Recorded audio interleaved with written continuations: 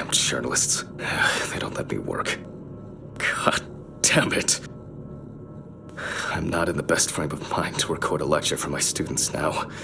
I'm feeling completely broken. Where did I leave my meds this time?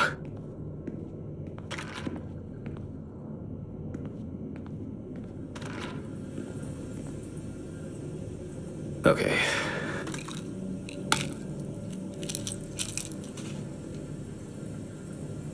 And get back to work. I need to set the camera first. This place is starting to look like a... Now remember, Jack, don't forget, hit the record button this time.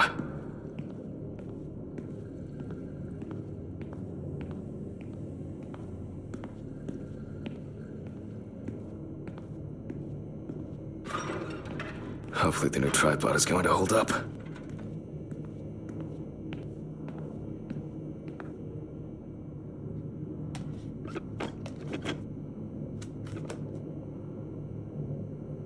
Now, I just have to get everything in frame.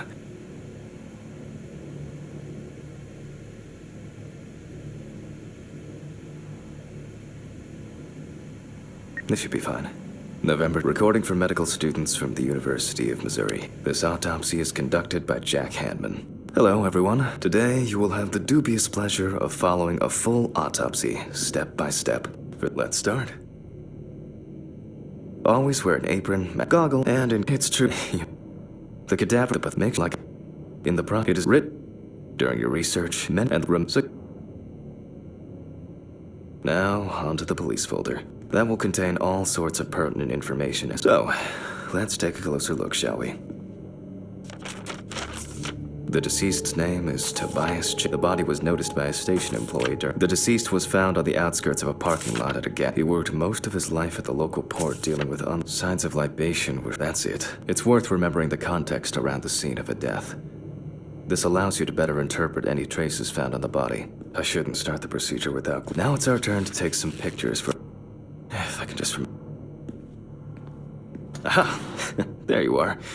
I knew it was here somewhere.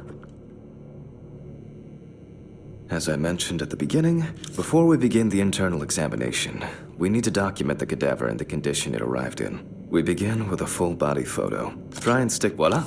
Now we move on to the next step. Take your time. Look at the corpse from different sides, from different angles, up close, and from a distance. You're looking for anything out of the ordinary.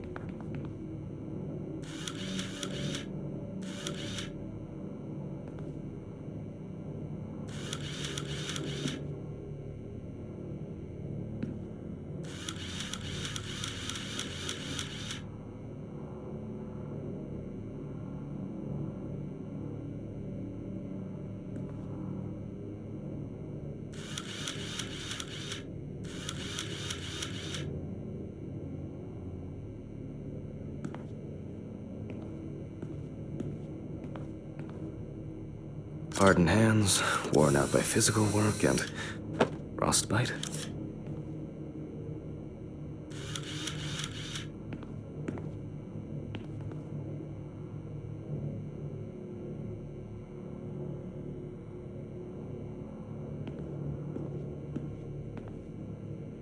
Some wounds in the feet and signs of frostbite, probably because the subject's shoes were too small.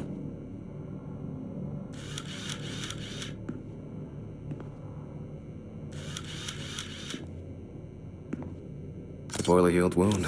Looks old. I'll take a closer look later.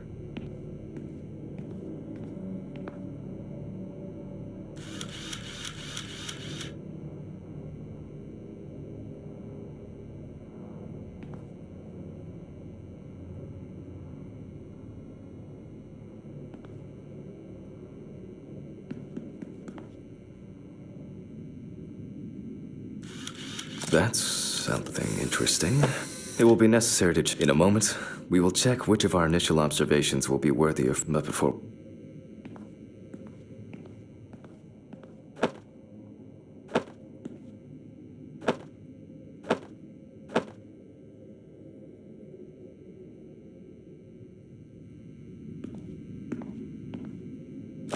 Personal information. The deceased was unclothed. Date. Okay.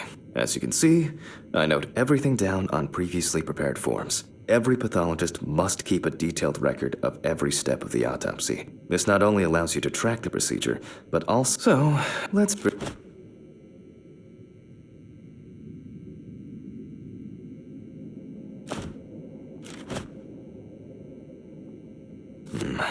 Which spot first? I can confirm add alcohol. It looks like a burn note.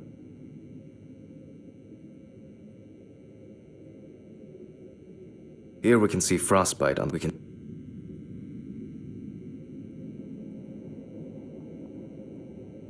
Definitely a painful mix of frostbite. Old Toby had been... So far, there are a lot of superficial wounds, but only one serious injury to the head. Let's go back to our notes. First, I marked the location, the head wound. Even though this type of were not in if Toby's body was cold for a prolonged period, as you can see, this is of no considering the nights have been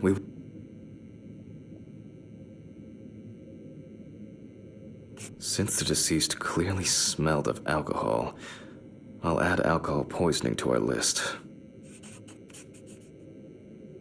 We still have one thing left from the basics: rigor mortis.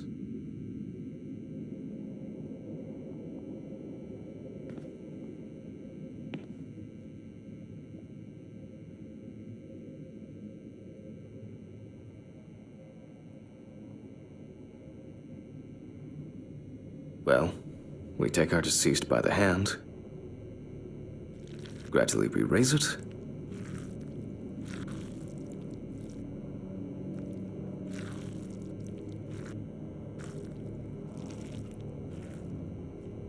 now let it go. As you can see, the hand falls loose. What's the conclusion? Death must have occurred more than 72 hours ago. The police information appears correct. Head trauma seems the most for this.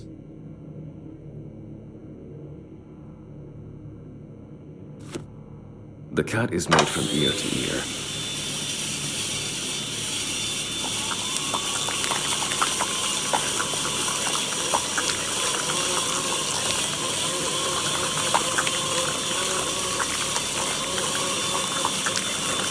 After which, we remove the skin and the top.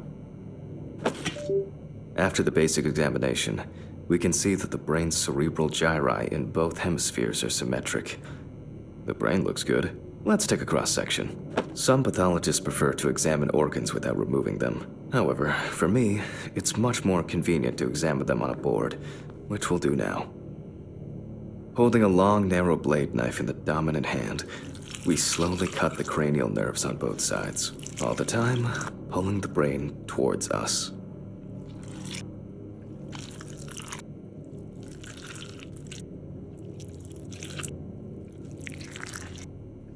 So far, so good. The hematoma seems to have had...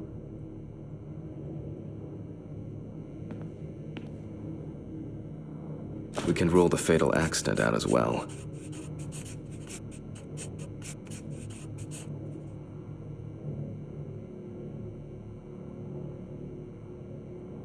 Brain is in good condition, so we have no choice but to proceed to the internal examination of the other organs.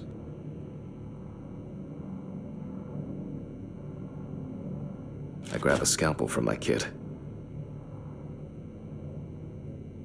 The incision should be in the shape of a letter Y.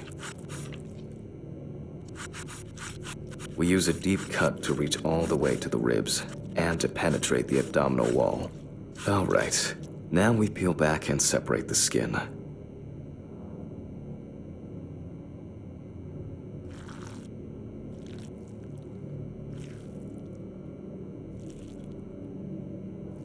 Now, we need to remove the ribs. We'll need the loppers for this. Quite a satisfying crunch, for some anyway. After removing the cartilage tissue, we can see widespread black. Despite the tragic condition of the lungs, they are not the cause of death. Alice smoked too. It didn't kill her, but, yeah,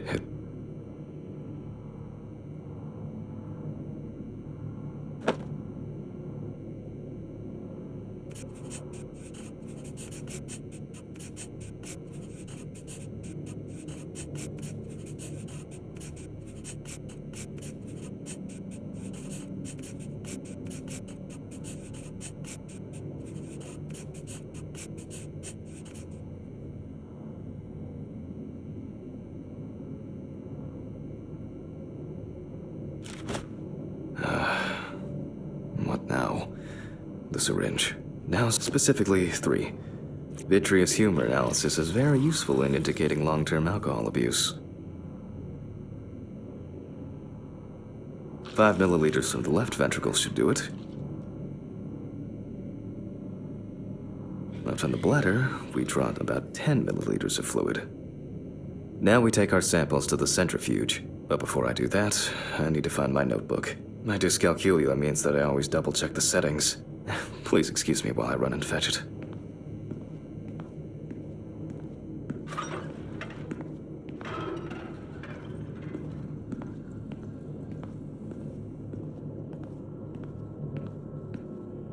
This whole thing is covered in stain. I should check.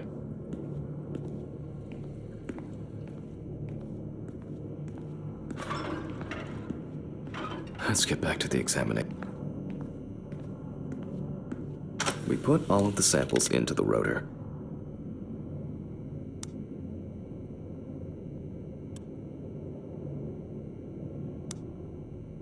Now, we set the appropriate time and speed.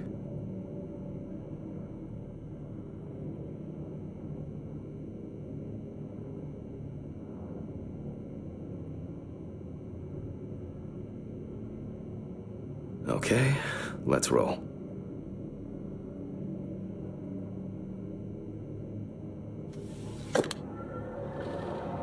My old but trusted centrifuge. Ideal for all the fluid tests I need to perform.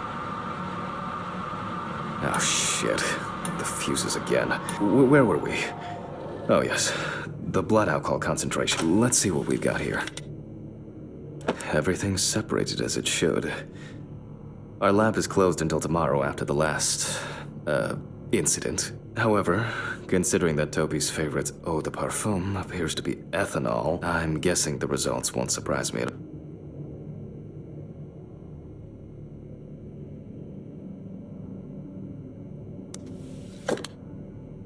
Let's go further.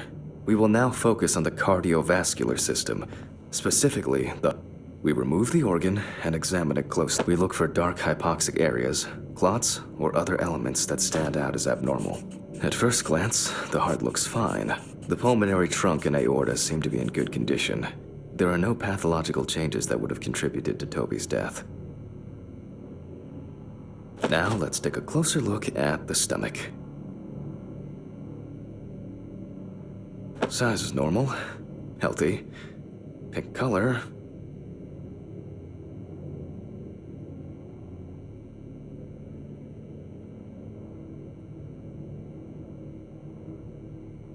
And as expected, the stomach has no major external damage. We must now cut it open and inspect inside. We will do it carefully so that its contents do not spill out.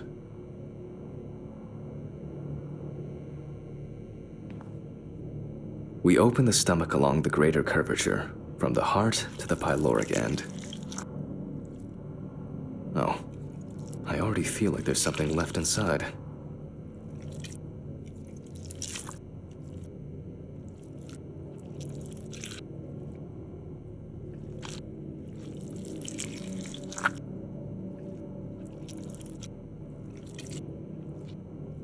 Okay, large amount of gas, small amounts of yellow, grayish food content, resembling some kind of meat. Either our deceased hadn't eaten in days, or the bulk of his stomach had already found a way out. Looks like I'll have to find the missing contents. There are 2 ways here. One is obvious, and the other is... It couldn't have been suffocation, could it? I'll add this to the list and move on to the deceased's neck. At first glance, the trachea looks normal. Same result as with the stomach. The external inspection doesn't tell us anything. This time, we'll cut on a tray.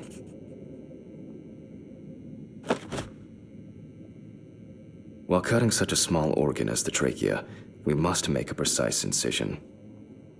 To be able to cut with the very tip of the blade, we must hold the scalpel as we would a pen. And after careful examination and deduction, we've got it, a clogged trachea. It's time to summarize the whole thing.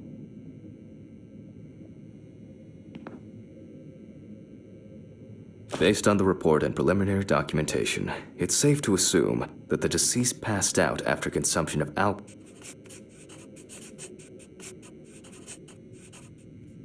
Then, the gastric contents refluxed and flooded the airways, causing death.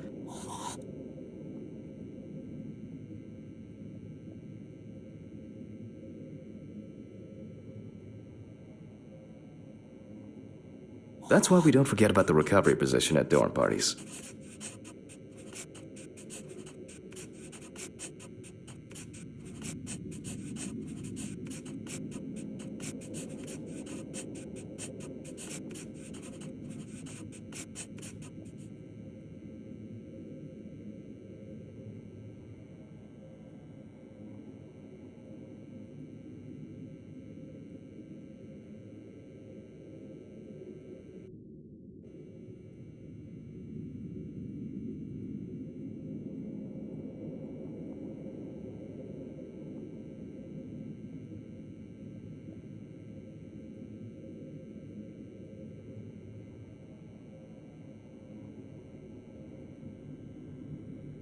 And now it's all clear.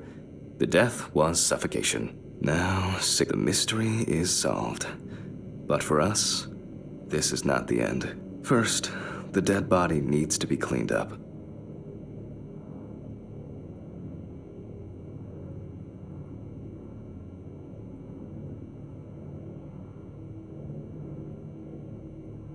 For this, we will need to close the body and grab the needle. First, we unroll the skin flaps. And then, we sew the deceased back up. I'm using the baseball stitch technique. This stitching method is very strong and quick to do. Beautiful.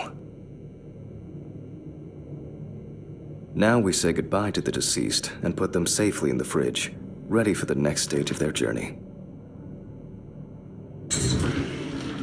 God, I'm tired.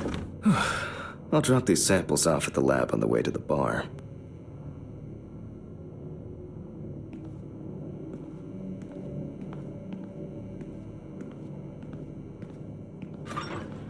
I'll call Steven. I don't feel like drinking alone today.